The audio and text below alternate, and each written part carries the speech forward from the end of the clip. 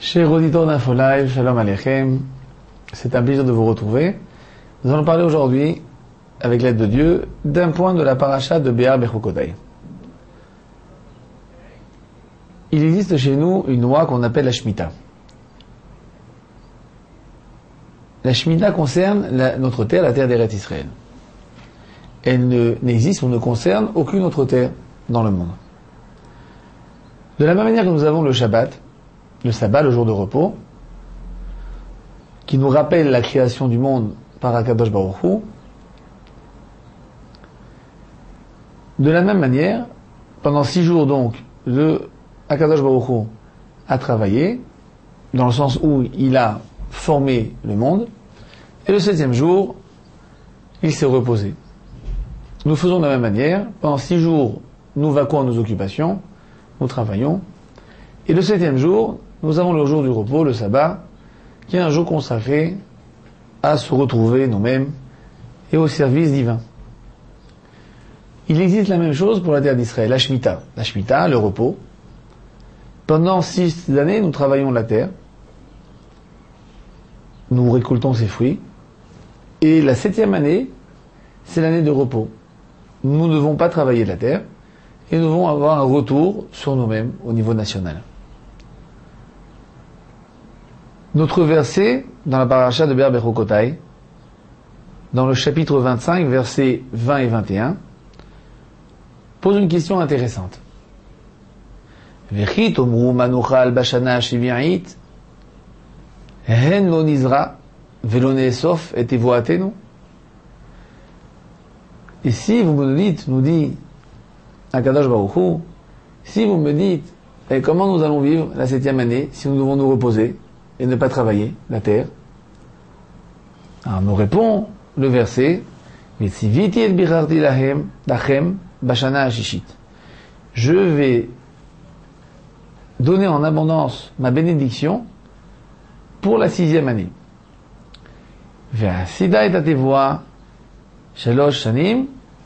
Et la terre va donner sa récolte, ses fruits, pour 3 ans.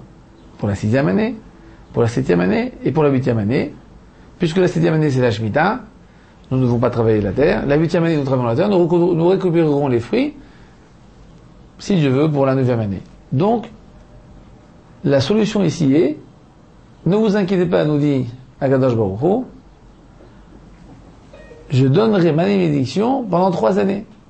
La 6e année avant l'année de repos, de la même manière que la 6e année, le 6e jour de la semaine, dans le désert, les enfants d'Israël recevaient la manne et recevaient 2 parts, une pour le vendredi et une pour le samedi, puisqu'on ne peut pas travailler non plus le samedi.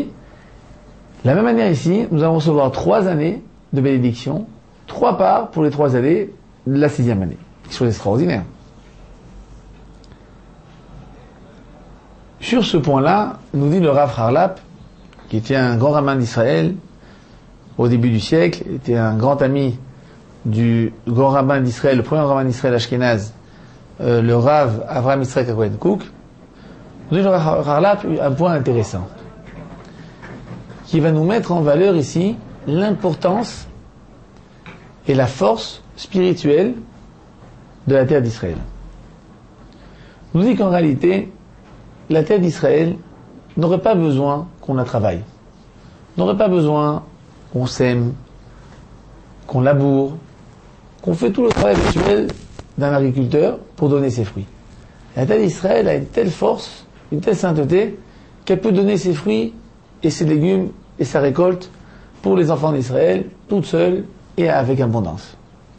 Mais malheureusement, depuis la faute de Adam Arishon, d'Adam et Ève, le premier homme, la terre entière a reçu aussi une malédiction, comme est écrit dans le livre de Bereshit. Une fois qu'Adam a fauté, la terre a aussi été punie avec lui. Et donc depuis cette, entre guillemets, punition de la terre doit donner ce fruit que par le labeur de l'homme.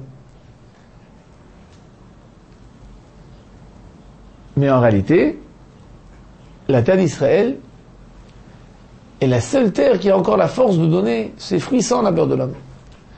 Et quand nous voyons ça, quand cette force de la terre d'Israël apparaît dans ce monde-là, le monde d'après la faute, et bien dans l'année de Shemitah, dans l'année de repos. Là, ici, on voit effectivement que Dieu nous envoie la bénédiction de la terre d'Israël, 3 récoltes dans une année. La force de la terre d'Israël de venir donner plein de récoltes sans forcément la travailler comme c'était avant. Et du coup, nous ne sommes pas obligés d'amener, d'accord, des récoltes d'en dehors d'Israël. Puisque la terre d'Israël est capable de retrouver sa nature et de nous donner plein en abondance de récoltes et de fruits la 6e année avant la Shemitah. De là, nous voyons ici l'importance de la force spirituelle de la terre d'Israël. C'est une terre spéciale. Comme il est écrit, les yeux de Dieu sont sur elle du début de l'année jusqu'à la fin de l'année. La terre d'Israël est une terre spéciale, qui a plein de secrets, qui a plein de bénédictions, qui a plein de force. Malheureusement,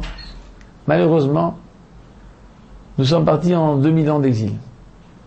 Et dans ces 2000 ans d'exil, nous avons oublié notre terre. Exilés sur d'autres terres. Terre de France, terre d'Espagne. Nous avons oublié quelle différence importante il y a entre une autre terre et la terre d'Israël. L'exil, al-Metashtesh, a brouillé, a rendu flou notre connaissance des forces spirituelles et physiques de la terre d'Israël.